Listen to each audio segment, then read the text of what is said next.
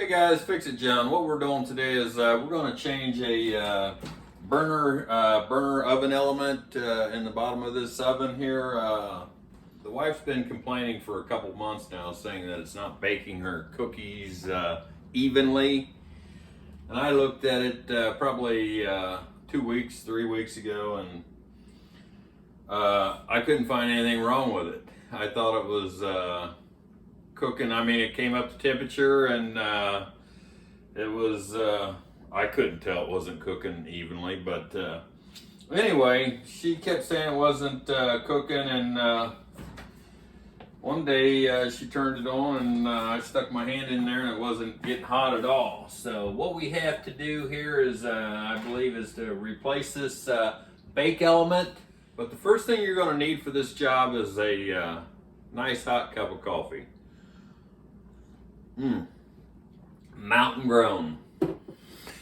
Alright guys, and why I suspect it's the the oven bake element is because when it didn't come on, I moved it a little bit, and that can complete the circuit sometimes if you just move it a little bit, and that way we got our dinner cooked that night. So I moved the bake element a little bit, and it did come up to temperature. Here are some tools you're going to need. You're going to need a 1/4-inch nut driver, flathead screwdriver, a digital multimeter to check for ohms of resistance, and a bake element. Now, I know I tell you guys not to buy aftermarket stuff, and I don't like to buy it either, but I did on this occasion. And the wife reminded me that I had replaced it, same bake element, I'd forgotten already.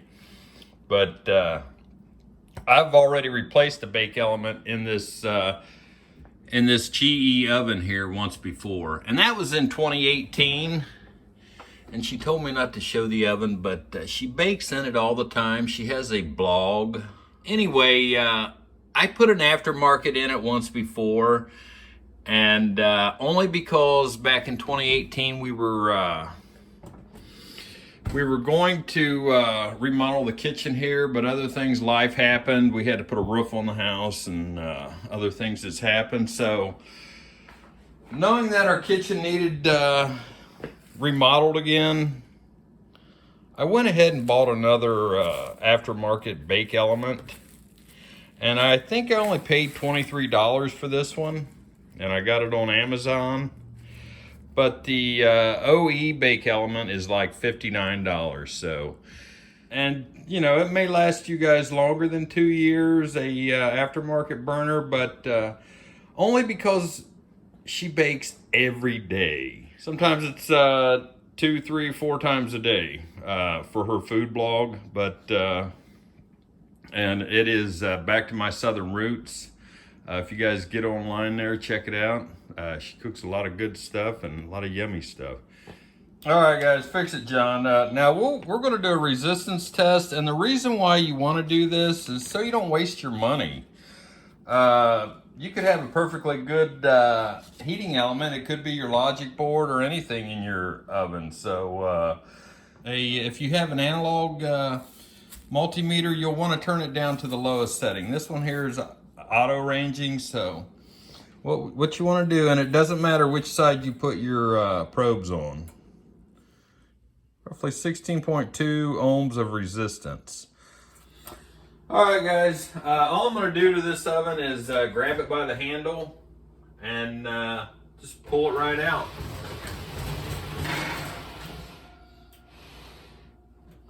And the first thing you'll want to do is go to the back here and unplug it. All right, I keep saying guys, but almost 20% of my viewers are women, and I appreciate that. The first thing you want to do is unplug this 220 volts from this outlet so you don't get electrocuted. All right, now we're going to take this door off. It's really easier than what you think.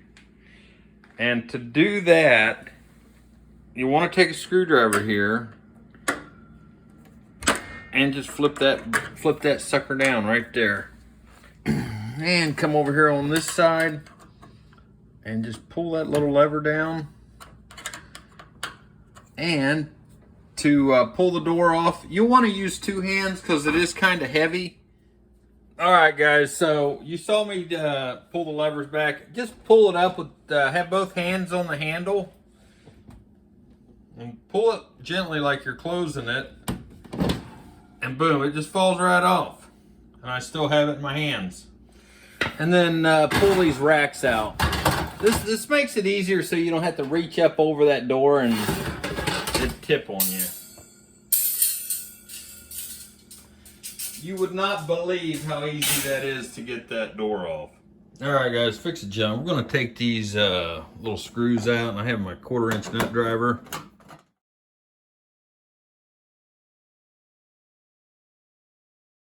Well, if you look at the back of this oven, well, that's the broiler burner. It's been arcing a little bit, and this wire was right up against there, and it's looks like it's gotten hot and melted a little bit against that wire. That's bad design. That should not be anywhere laying up against that wire. So that's the broiler burner, and this down here is the bake element. And aha, I see the problem. So yeah, wow. That wire was off. No wonder why every time I'd move it, it'd just barely touch it and catch it. So yeah, that's scary, guys. This one here is probably, I probably should refasten that one too. Cut some of that bad melted hard wire off. Wow. Yeah, as I look closer, people, the whole electrical plug, like you see on this one's gone. It was just welded to that. So this is how you would do a resistance test with the bake element still attached if you suspected the bake element. 16.5 ohms of resistance. So that bake element is still good. Our issue was here, this wire connection. Yeah, I just found this little hunk of steel right there at the bottom where looks like it had welded itself to there. 120, that's 120 volts coming out of each leg, guys. 120 here and 120 here. That's 240 volts racing through there, so that's a lot of power.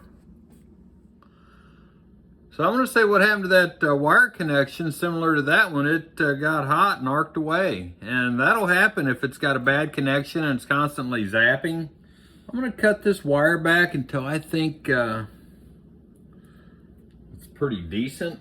I got some wire connections here and see what I can come up with.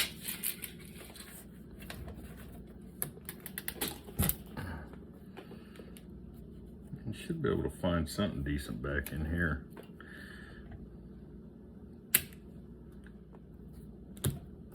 Oh yeah, see that wire looks better there.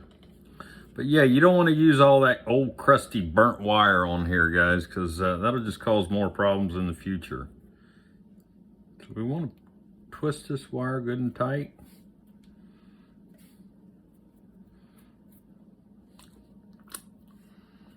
Put it in this connector.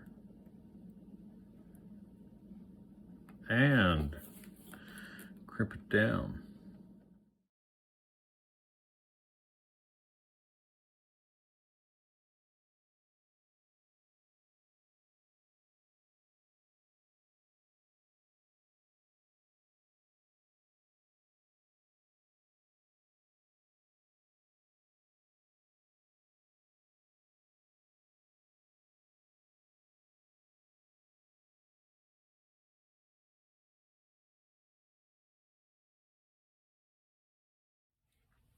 Both these legs here are hot, this one and this one.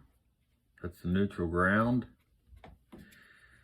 All right, guys, and to pull the element out, all you have to do is undo these 1/4-inch screws.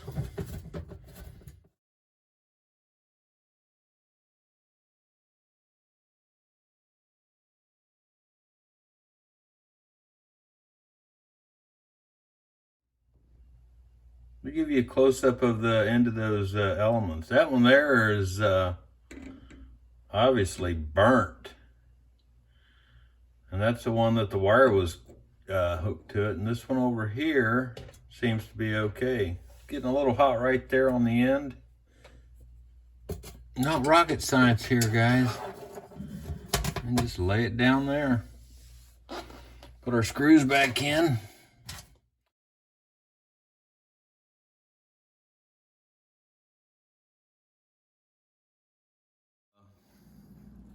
So on this particular model, I'm going to say you're going to want anywhere from 15 to 25 ohms of resistance on this particular stove. Now other elements will be different.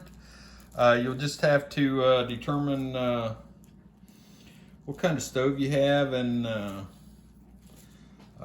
if you obviously have 0 ohms of resistance, you have an open loop. So OL, that means you don't have any resistance in here for the electricity to build heat. All right, I'm going to show you how easy this is to put this door on. It's kind of heavy, so if you're not very strong, you may need help. Just push it in there until it's in there. Open it up and throw these tabs back. And you can do that with your finger. And then close it. And that's it. Your door's back on. All right, we're going to turn the bake back on. If I know how to do this, believe it or not, I find it kind of hard sometimes. Start. Preheat. All right, guys, I just wanted to show you. I threw a zip tie on it right there. Didn't want that wire to warm up and sort of droop down onto that and get shocked, get melted again. And voila, there it is, guys and gals. Anybody can do this job. It's getting hot now. The wife was right about it not cooking evenly. I didn't believe her at first, but there's proof. Proof's in the pudding. Hey guys, I just discovered is putting this cover back on. It had arced against here, and I don't know if that's something we did or what, but this cover was sort of bent out of whack. And this, where it was sparked on, it wasn't the one that was melted, it was this one here where it was arcing against. So, and it was sort of bent in. I bent it back out. And I have it unplugged there, so let's hope. I'm glad I saw that. And everything else is just reverse procedure. You guys don't need to see that. All right, folks, so I hope this video helped somebody. If it did, like and subscribe and give me a thumbs up. Thanks for watching. Really appreciate you guys subscribing. We're moving on to the next project. There's not a shortage of them in this house, I'll tell you that right now.